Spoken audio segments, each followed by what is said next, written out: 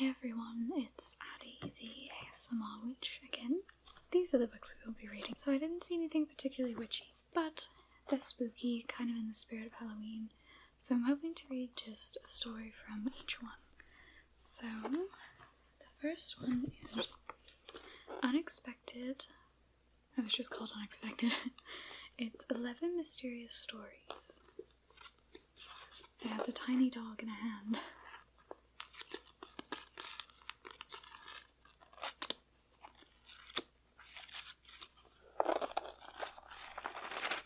Smells like an old book. Okay.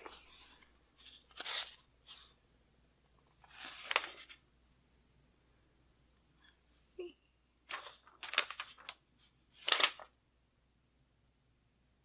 Let's do Marked for Death. Sounds promising. It's on page 199.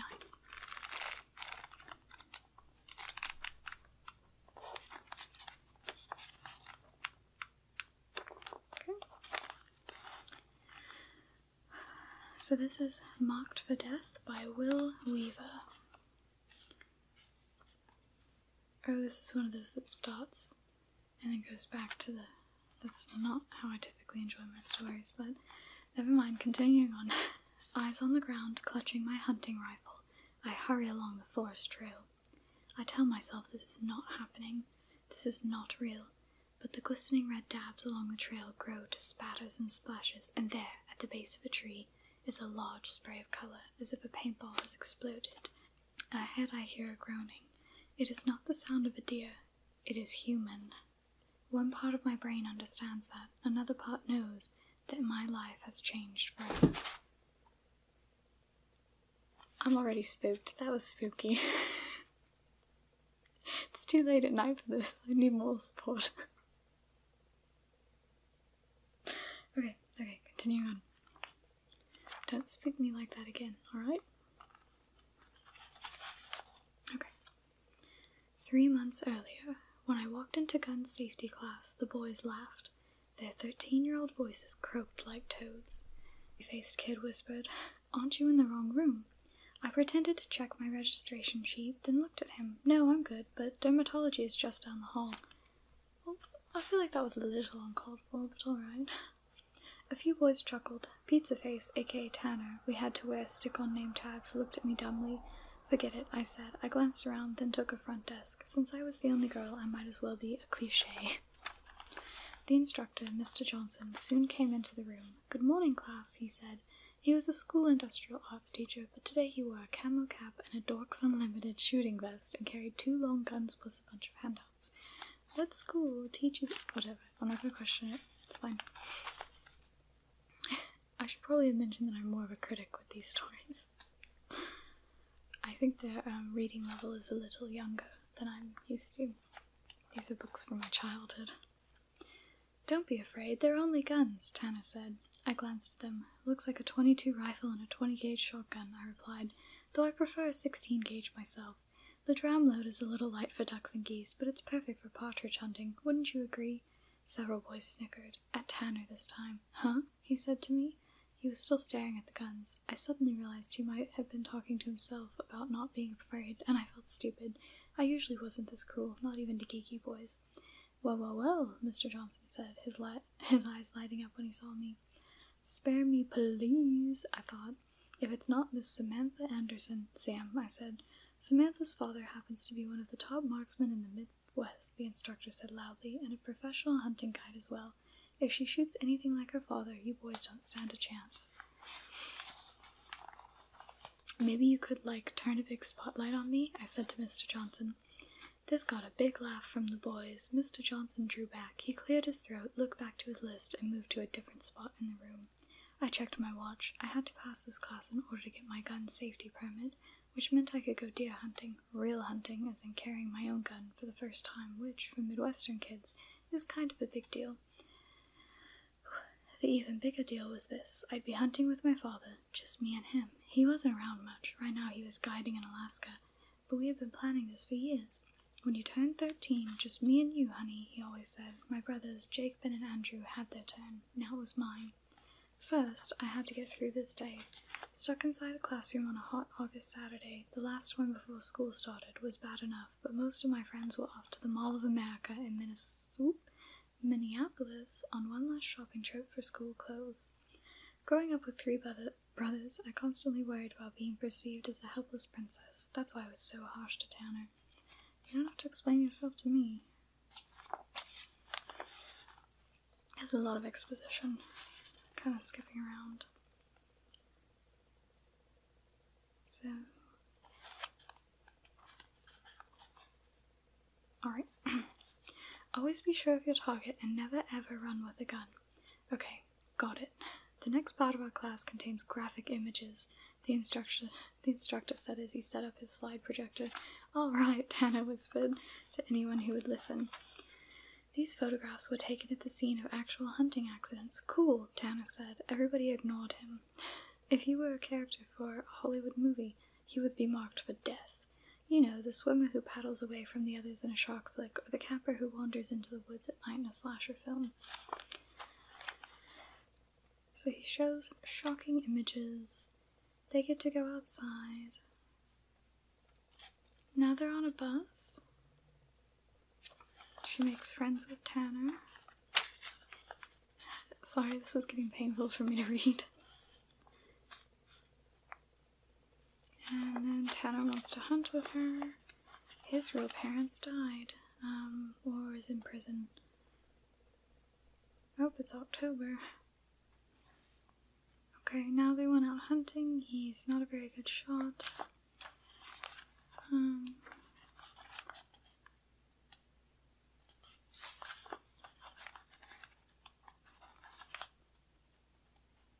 There's a squirrel, a deer.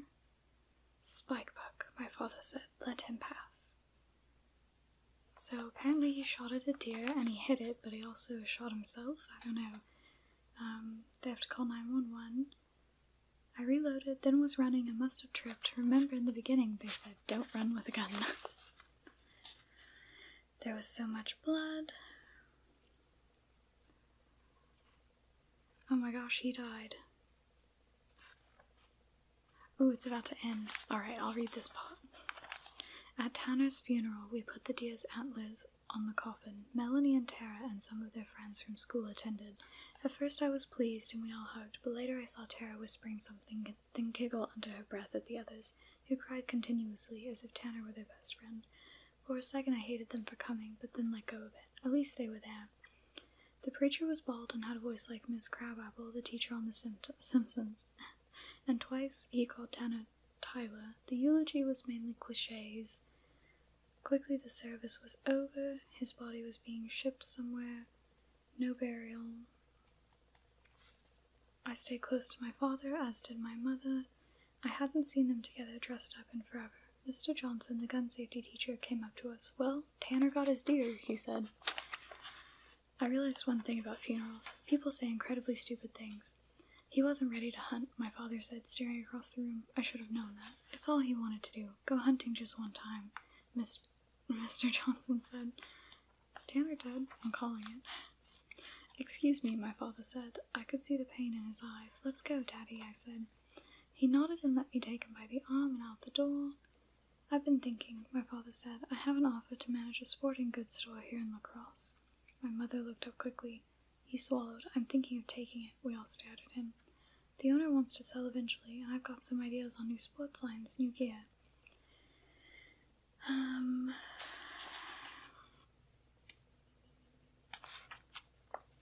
What?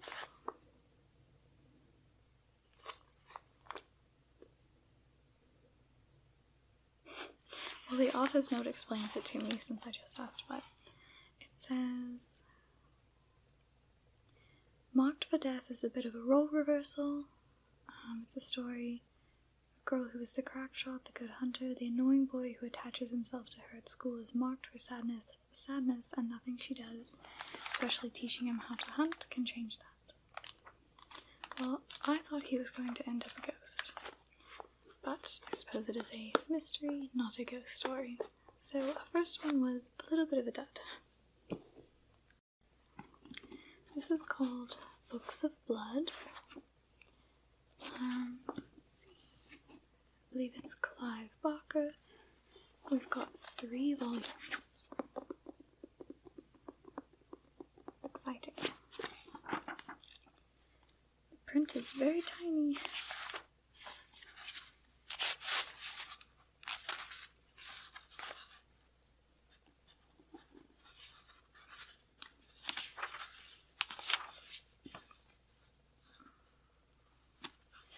I'm actually going to do The Book of Blood because I remember reading it and thinking it was a classic.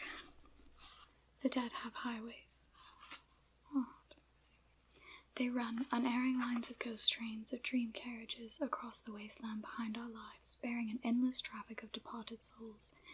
Their thrum and throb can be heard in the broken places of the world through cracks made by acts of cruelty, violence, and depravity. Their freight, the wandering dead, can be glimpsed when the heart is close to bursting, and sights that should be hidden come plainly into view.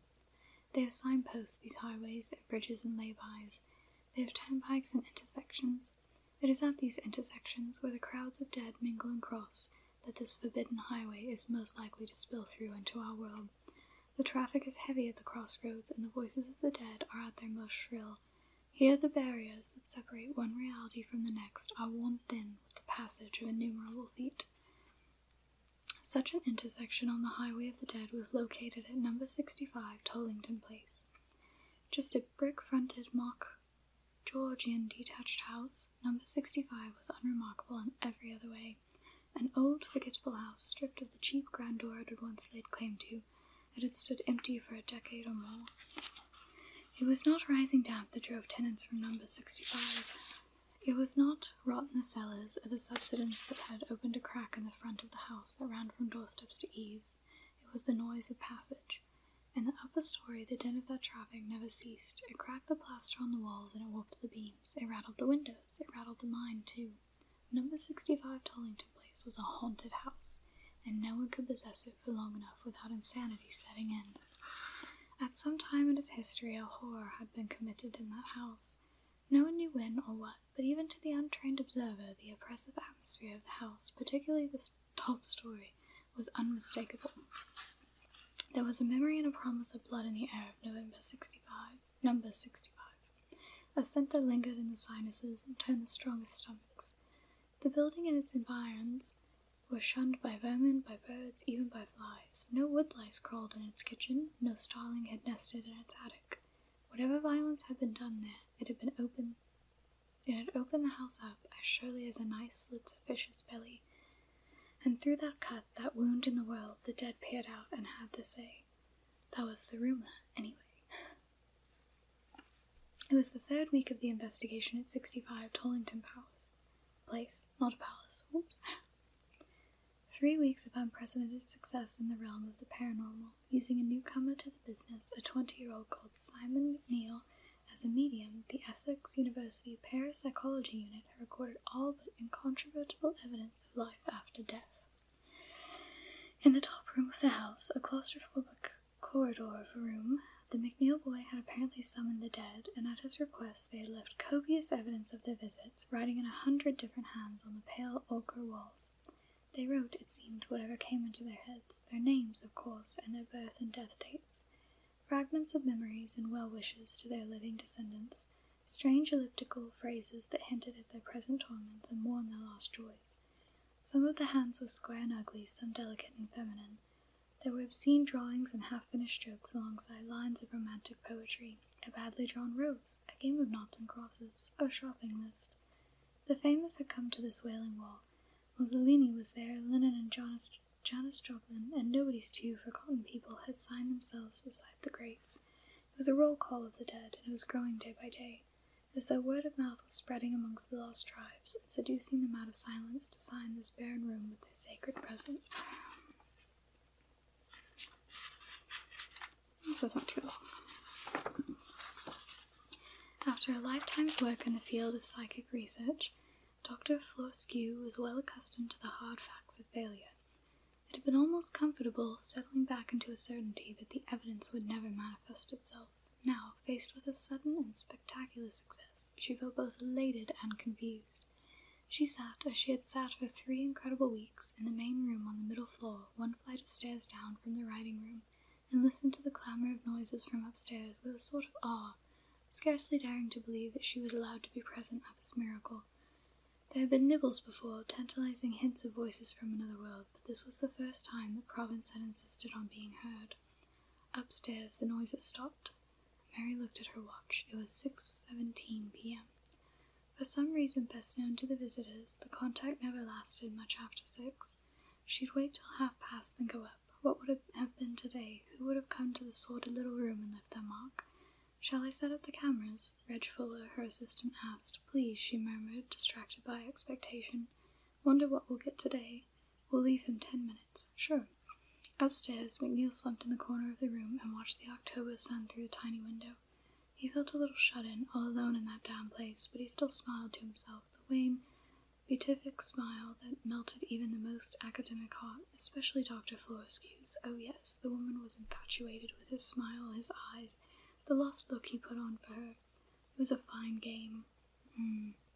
Indeed, at first, that was all it had been, a game. Now Simon knew they were playing for bigger stakes. What had begun as a sort of lie detection test had turned into a very serious contest. McNeil versus the truth. The truth was simple. He was a cheat. He pinned all his ghost writings on the wall with tiny shards of lead he secreted under his tongue. He banged and thrashed and shouted without any provocation, other than the sheer mischief of it. And the unknown names he wrote, he laughed to think of it, the names he found in telephone directories. Yes, it was indeed a fine game. She promised him so much, she tempted him with fame, encouraging every lie he invented. Promises of wealth, of applauded appearances on the television, of an adulation he'd never known before, as long as he produced the ghosts. He smiled the smile again. She called him her go-between, an innocent carrier of messages. She'd be up the stairs soon, her eyes on his body, her voice close to tears with her pathetic excitement at another series of scrawled names and nonsense. He liked it when she looked at his nakedness, or all but nakedness. All his sessions were carried out with him only dressed in a pair of briefs, to preclude any hidden aids. A ridiculous precaution. All he needed were the lids under his tongue, and enough energy to fling himself around for half an hour, bellowing his head off.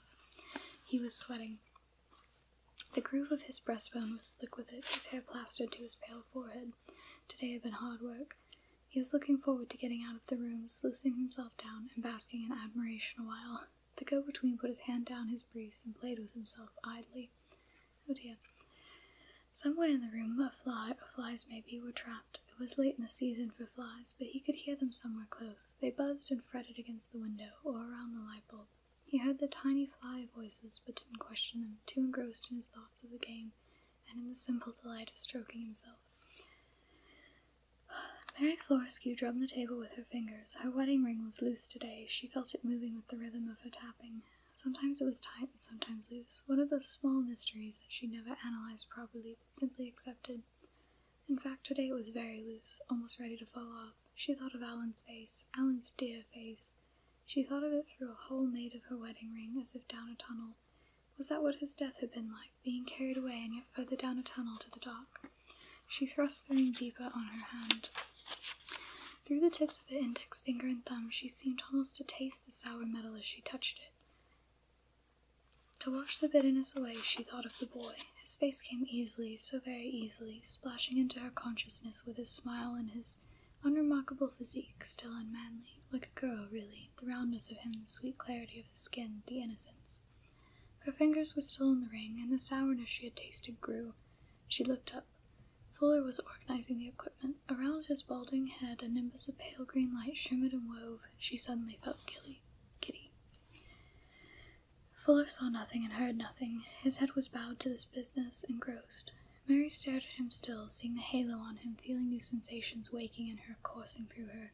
The air seemed suddenly alive. The very molecules of oxygen, hydrogen, nitrogen jostled against her in the intimate embrace.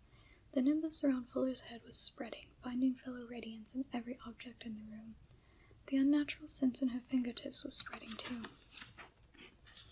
She could see the color of her breath as she exhaled, a pinky-orange glamour in the bubbling air. She could hear quite clearly the voice of the desk she sat at, the low whine of its solid presence. The world was opening up. throwing her senses into ecstasy, coaxing them into a wild confusion of functions.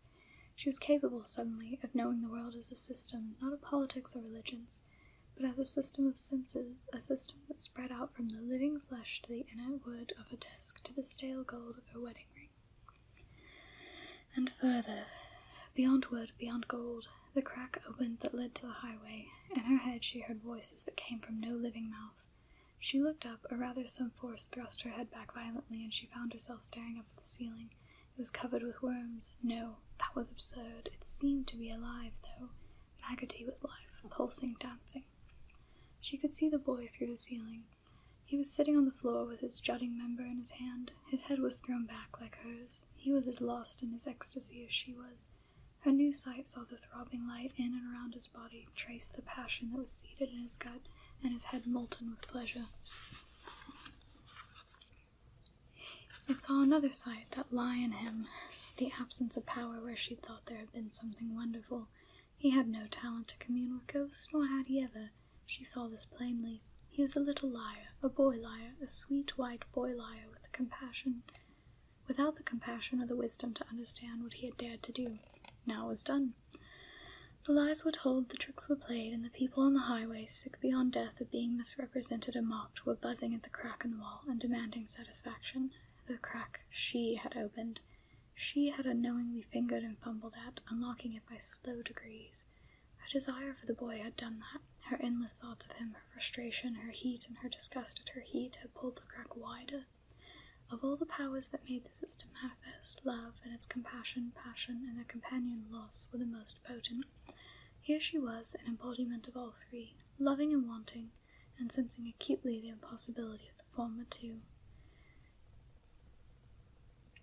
Wrapped up in an agony of feeling which she had denied herself, believing she loved the boy simply as a go-between.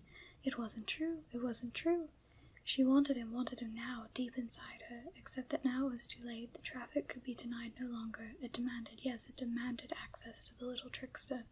She was helpless to prevent it. All she could do was utter a tiny gasp of horror as she saw the highway open out before her, and understood that this was no common intersection they stood at. Fuller heard the sound. "Doctor?" He looked up from his tinkering, and his face, washed with the blue light she could see from the corner of her eye, bore an expression of inquiry. "Did you say something?" he asked. She thought, with a fillip of her stomach, of how this was bound to end. The ether faces of the dead were quite clear in front of her. She could see the profundity of their suffering, and she could sympathize with their ache to be heard. She saw plainly that the highways that crossed at Tollington Place were not common thoroughfares. She was not staring at the happy, idling traffic of the ordinary dead. No, that house opened onto a route walked only by the victims and perpetrators of violence, the men, the women, the children who had died, enduring all the pains nerves had to wit to muster, with their minds branded by the circumstances of their deaths.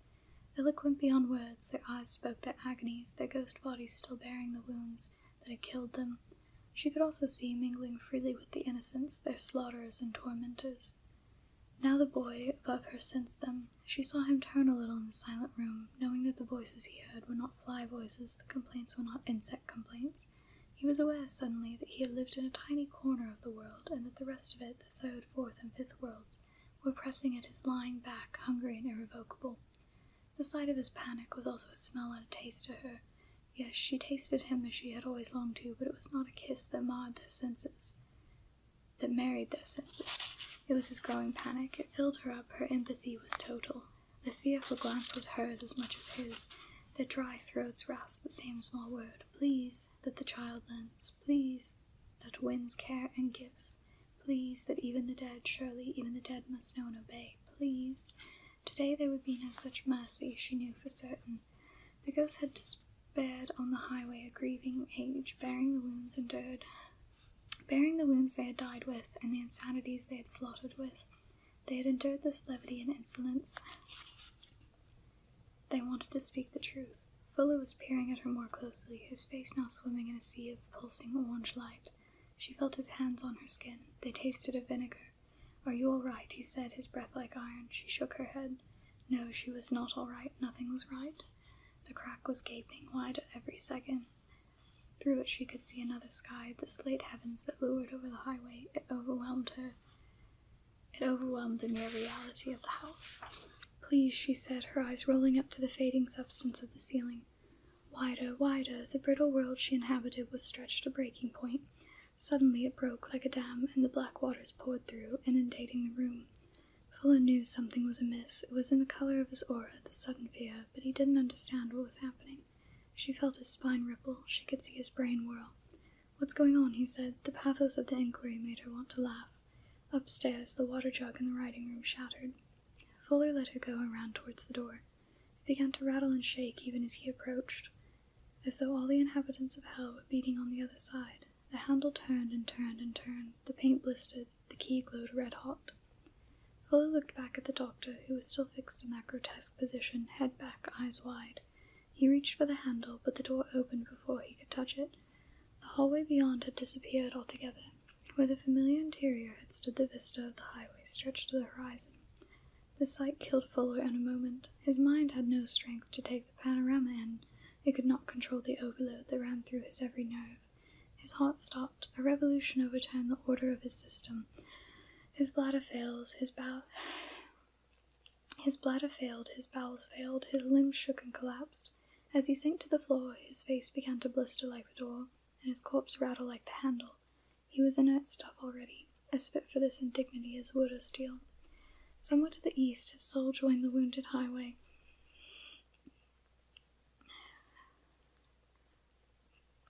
Mary Florescu knew she was alone. Above her, the marvelous boy, her beautiful cheating child, was writhing and screeching as the dead set their vengeful hands on his fresh skin. She knew their intention. She could see it in their eyes. There was nothing new about it. Every history had this particular torment in its tradition. He was to be used to record their testaments. He was to be their page, their book, the vessel for their autobiographies. A book of blood. A book made of blood. A book written in blood. She thought of the grimoires that had been made of dead human skin. She'd seen them, touched them. She thought of the tattoos she'd seen. Freak show exhibits, some of them, others just shirtless laborers in the street with a message to their mothers pricked across their backs. It was not unknown to write a book of blood. But on such skin, on such gleaming skin, oh God, that was the crime. He screamed as the torturing needles of broken jug glass skipped against his flesh, ploughing it up. She felt his agonies as if they had been hers, and they were not so terrible. Yet he screamed and fought and poured obscenities out at his attackers. They took no notice.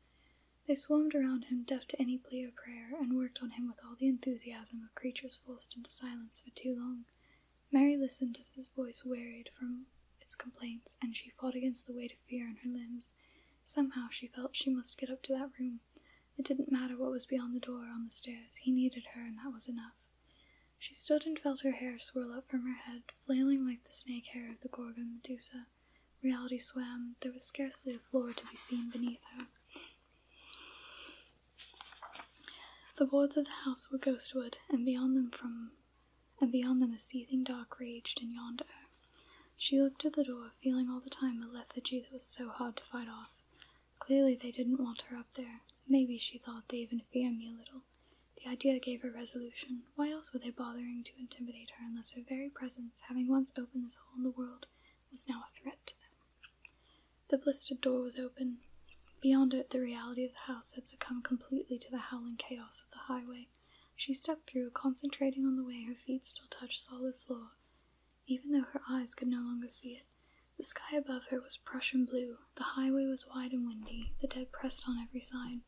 She fought through them as though through a crowd of living people, while their gawping, idiot faces looked at her and hated her invasion. The please was gone.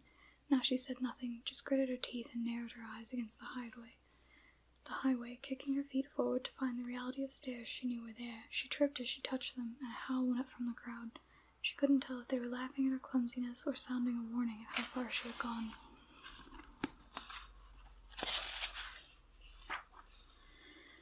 First step, second step, third step. Though she was torn out from every side, she was winning against the crowd. Ahead she could see through the door of the room to where her little liar was sprawled, surrounded by his attackers. Suddenly his head jerked around and he looked straight through the door at her. In his extremity he had dredged up a true talent, a skill that was a fraction of Mary's, but enough to make contact with her. Their eyes met. In a sea of blue darkness, surrounded on every side with a civilization they neither knew nor understood, their living hearts met and married. A I'm sorry, he said silently. It was infinitely pitiful. I'm sorry, I'm sorry. He looked away, his gaze wrenched from hers. She was certain she must be almost at the top of the stairs, her feet still treading air as far as eyes could tell. The eyes... She had reached the door now. Her trembling hand stretched to touch the solid reality of the handle, but even with all the concentration she could muster, it would not come clear. There was barely a ghost image for her to focus on that was sufficient. She grasped the handle, turned it, and flung the door of the writing room open. He was there, in front of her. No more than 2 or 3 yards of possessed air separated them. Their eyes met again, and an eloquent look, common to the living and dead worlds, passed between them. There was compassion in that look, and love. The fictions fell away, the lies were dust. In the place of the boy's manipulative smiles was a true sweetness, answered in her face. And the dead, fearful of this look, turned their heads away. Their faces tightened as though the skin was being stretched over the bone, their flesh darkening to a bruise, their voices becoming wistful, with the anticipation of defeat. She reached to touch him, no longer having to fight against the hordes of the dead. They were falling away from their quarry on every side, like dying flies dropping from a window. She touched him lightly on the face. The touch was a benediction. Tears filled his eyes and ran down his scarified cheek, mingling with the blood. The dead had no voices now, nor even mouths. They were lost along the highway, their malice damned. Plane by plane the room began to re-establish itself. On the middle landing of number 65, the smoking, blistered body of Reg Fuller was casually trodden by the travelers' feet as they passed over the intersection. At length Fuller's own soul came by in the throng and glanced down at the flesh he had once occupied, before the crowd pressed him on towards his judgment. Upstairs in the darkening room, Mary Florescue knelt beside the McNeil boy and stroked his blood-blasted head. She didn't want to leave the house for assistance until she was certain his tormentors would not come back. There was no sound now but the whine of a jet finding its way through the stratosphere to morning. Even the boy's breathing was hushed and regular. No nimbus of light surrounded him. Every sense was in place. Sight, sound, touch, touch. She touched him now as she had never previously dared, brushing her fingertips oh so lightly over his body, running her fingers across the raised skin like a blind woman reading Braille. There were minute words on every millimeter of his body, written in a multitude of hands. Even through the blood she could discern the meticulous way that the words had harrowed into him. She could even read, by the dimming light, an occasional phrase. It was proof beyond any doubt, and she wished, oh God, how she wished, that she had not come by it. And yet, after a lifetime of waiting, here it was. The revelation of life beyond flesh, written in flesh itself. The boy would survive, that was clear. Already the blood was dying, and the myriad wounds healing. He was healthy and strong after all. There would be no fundamental physical change. His beauty was gone forever, of course. From now on he would be an object of curiosity at best, and at worst of repugnance and horror. But she would protect him, and he would learn, in time, how to know and trust her. Their hearts were inextricably tied together. And after a time, when the words on his body were scabs and scars, she would read him. She would trace, with infinite love and patience, the stories the dead had told on them. Him, the tale on his abdomen, written in fine cursive style. The testimony in exquisite, elegant print that covered his face and scalp. The story on his back, on his shin, on his hands. She would read them all, report them all, every last syllable that glistened and seeped beneath her adoring fingers, so that the world would know the stories that the dead tell. He was the book of blood, and she his sole translator. As darkness fell, she left off her vigil and led him naked into the balmy night. Here, then, are the stories written on the book of blood. Read, if it pleases you, and learn. They are a map of that dark highway that leads out of the life towards unknown destinations. Few will have to take it. Most will go peacefully along lamplit streets, ushered out of living, with prayers and caresses.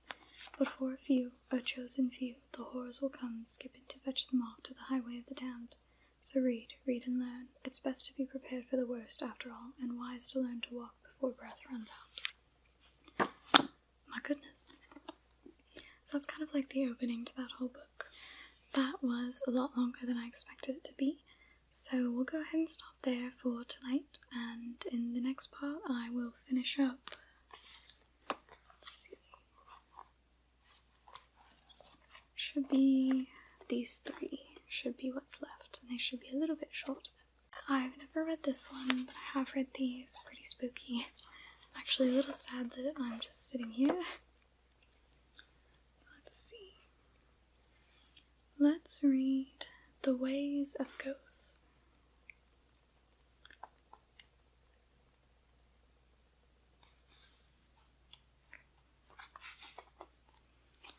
Alright. Oh, and by the way, this is Ghost and Horror Stories of Ambrose Bierce. This is The Ways of Ghosts. It says, present at a hanging. An old man named Daniel Baker, living near Lebanon, Iowa, was suspected by his neighbors of having murdered a peddler who had obtained permission to pass the night at his house. This was in 1853, when peddling was more common in the western country than it is now, and was attended with considerable danger. The peddler with his pack traversed the country by all manner of lonely roads and was compelled to rely upon the country people for hospitality. This brought him into relation with queer characters, some of whom were not altogether scrupulous in their methods of making a living, murder being an acceptable means to that end. It occasionally occurred that a peddler with diminished pack and swollen purse would be traced to the lonely dwelling of some rough character, and never could be traced beyond. This was so in the case of Old Man Baker, as he was always called.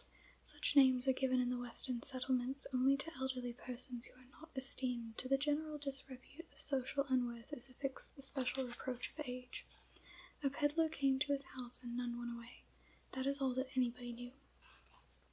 7 years later, the Rev. Mr. Cummings, a Baptist minister well known in that part of the country, was driving by Baker's farm one night. It was not very dark.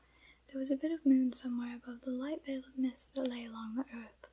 Mr. Cummings, who was at all times a cheerful person, was whistling a tune, which he would occasionally interrupt to speak a word of friendly encouragement to his horse. As he came to a little bridge across the dry ravine, he saw the figure of a man standing upon it, clearly outlined against the grey background of a misty forest. The man had something strapped on his back, and carried a heavy stick, obviously an itinerant peddler. His attitude had in it a suggestion of abstraction like that of a sleepwalker. Mr. Cummings reined in his horse when he arrived in front of him, gave him a pleasant salutation, and invited him to the seat in the vehicle. "If you're going my way," he added. The man raised his head, looked him full in the face, but neither answered nor made any further movement. The minister, with his good-natured persistence, repeated his invitation. At this the man threw his right hand forward from his side and pointed downward as he stood on the extreme edge of the bridge. Mr. Cummings looked past him over in the ravine, saw nothing unusual, and withdrew his eyes to address the man again.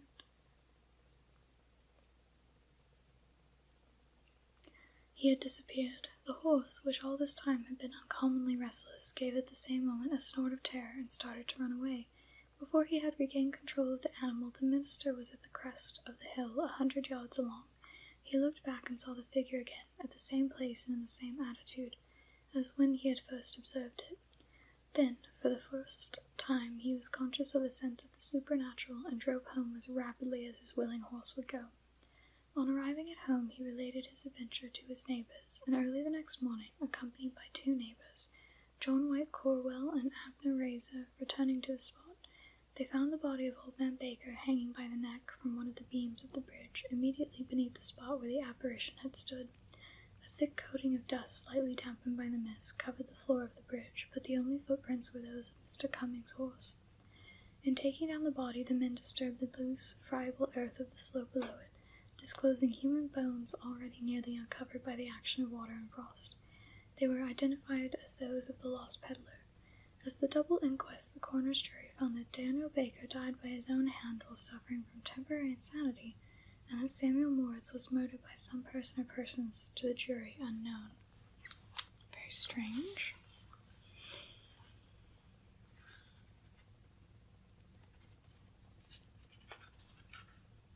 And there are a couple more in this section, but they all seem to be different and scattered.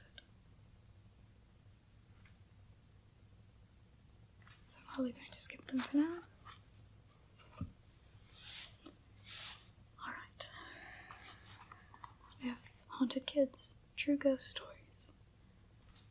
I don't know how true they really are.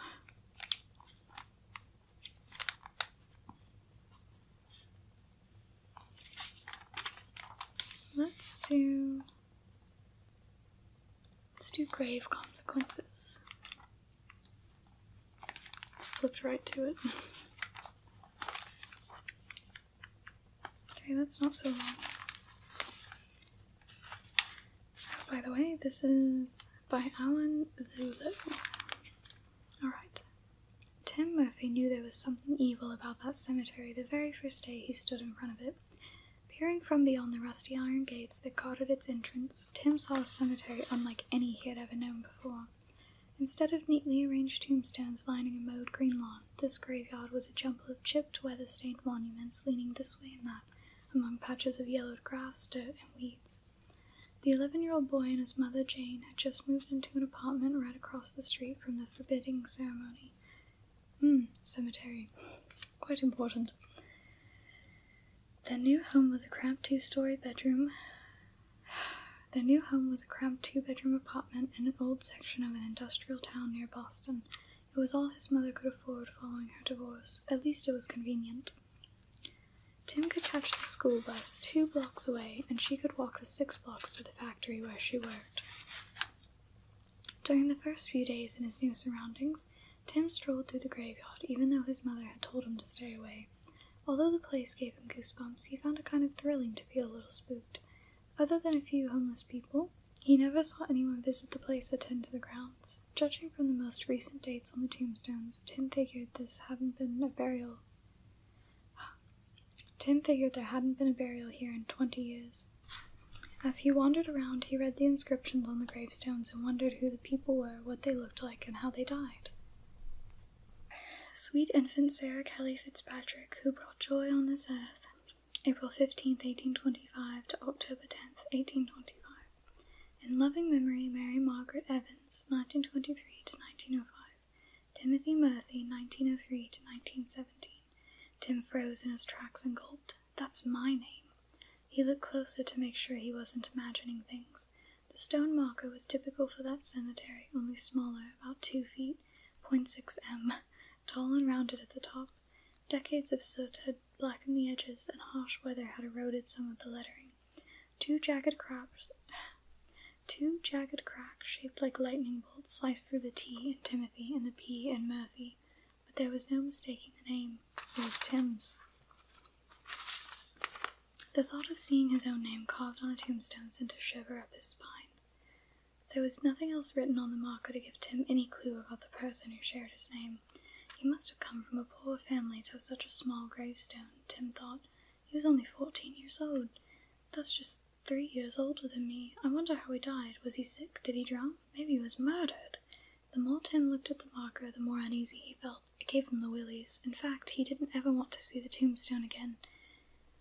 It was just too weird to have a marker standing there with his name on it. So with a grunt, Tim pushed hard against the stone. It took him a couple of tries, but he finally managed to topple it over face down.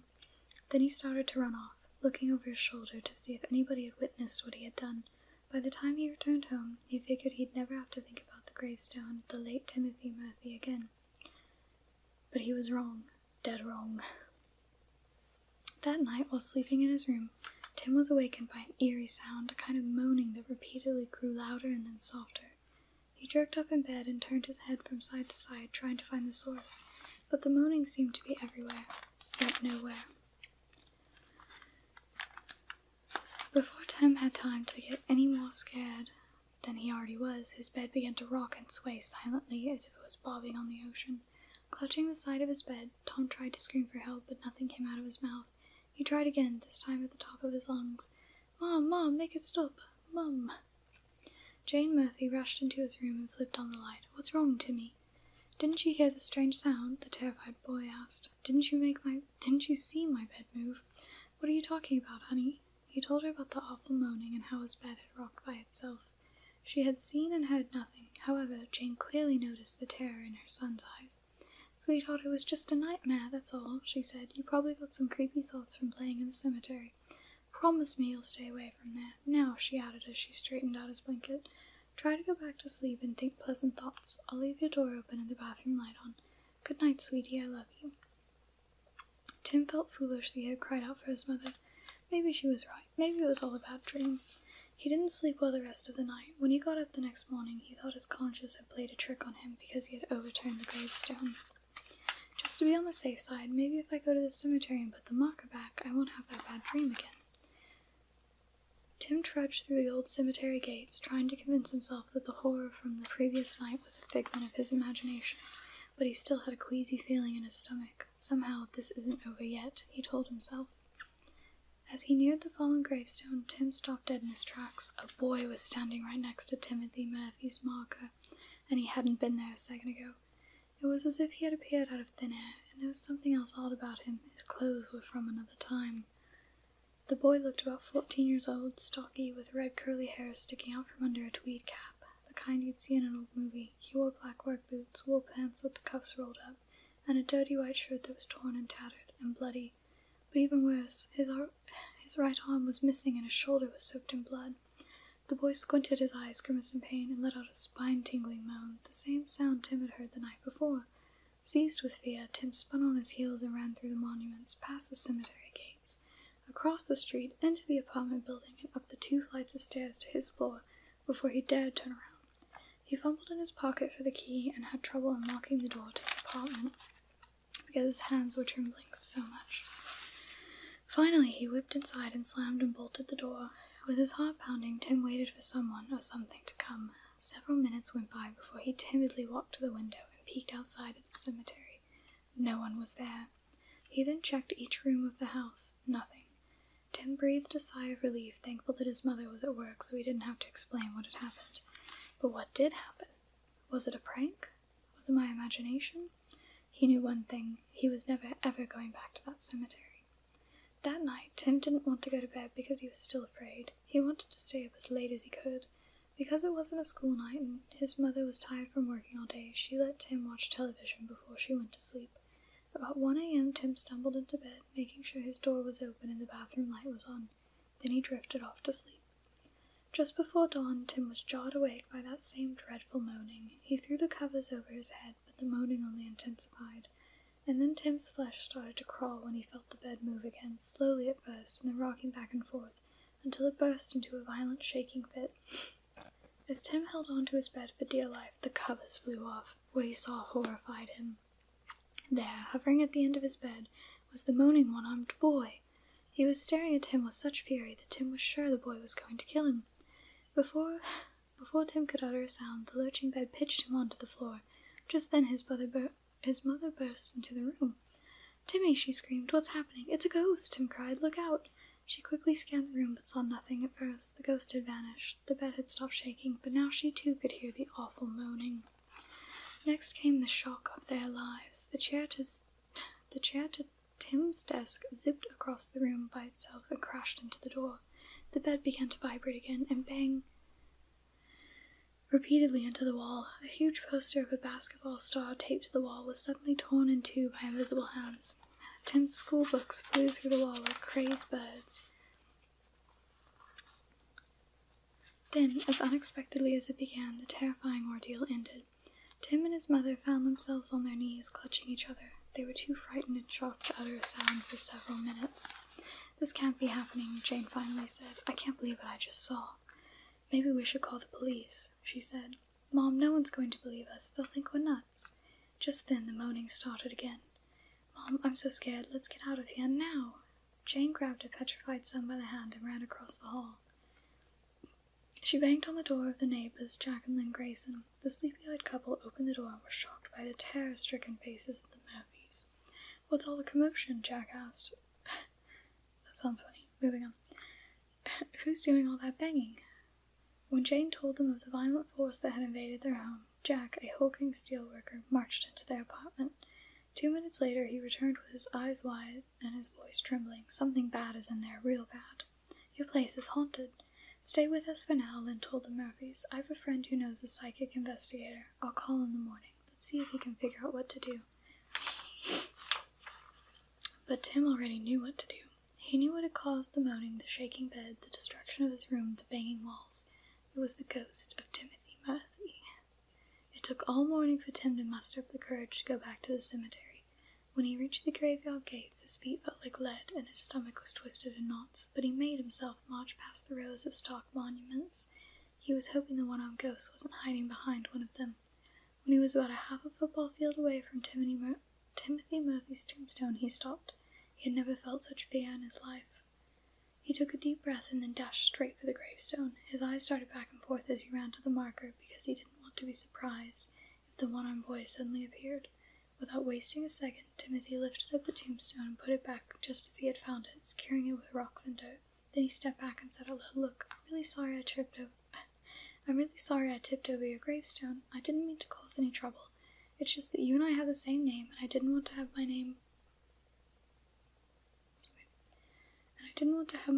on a tombstone, that's all. I feel bad that you died. What happened? Did you get your arm chopped off in an accident or something? Anyway, you don't have to haunt my mom and me anymore. I put your tombstone back, okay?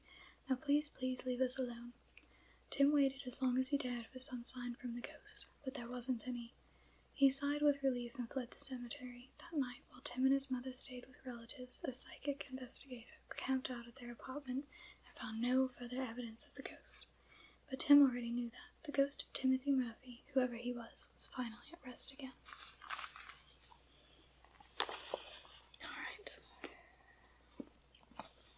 The last one is from More Scary Stories to Tell in the Dark. It's collected from Folklore and retold by Alvin Schwartz, with drawings by Stephen Gamble, or Stephen. I never know which way you say it. And these are very short. One of my favorites is something about a bone.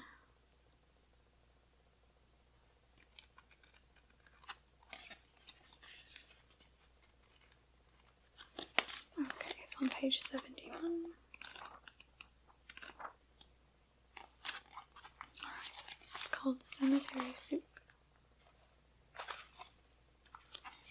On her way home from the market, the woman took a shortcut through the cemetery. There, sticking up out of the ground, she saw a big bone. She picked it up and looked it over carefully. "This will make a very good soup bone," she said. "I think I'll take it home. It's perfect weather for hot soup." When she got home, the first thing she did was start the soup. Into the big soup pot went water, carrots, green beans, corn, barley, onions, potatoes, a snitch of beef, some salt and pepper, and the bone. She brought it all to a boil, then brought it down to a simmer. "Yum," she said, sniffing it and tasting it. "I can hardly wait till supper." Suddenly she heard a small voice. "Please give me back my bone." The woman paid no attention. Soon she heard the voice again. May I have back my bone, please?" The woman was reading the newspaper, and again she didn't take any notice. In a little while, the voice spoke up once more. It was beginning to sound angry. "Give me back my bone." Oh. We're at dire levels. The woman kept on reading the paper. "Some people are too impatient," she muttered. Once more the voice spoke. Now it sounded very angry, and it was so loud that the whole house shook. "I want my bone back!" The woman reached into the pot, grabbed the bone, and threw it out the window. In a voice just as loud, she shouted, "Take it!" There was an eerie silence. Then the woman heard footsteps scurrying away from the house down the road toward the cemetery, and she got up and served herself some soup. And that concludes our scary stories. Let me know if they spooked you. I'm definitely spooked. I'm a little bit sad that I'm just here by myself. So give me a like for moral support, and I hope you have a wonderful night.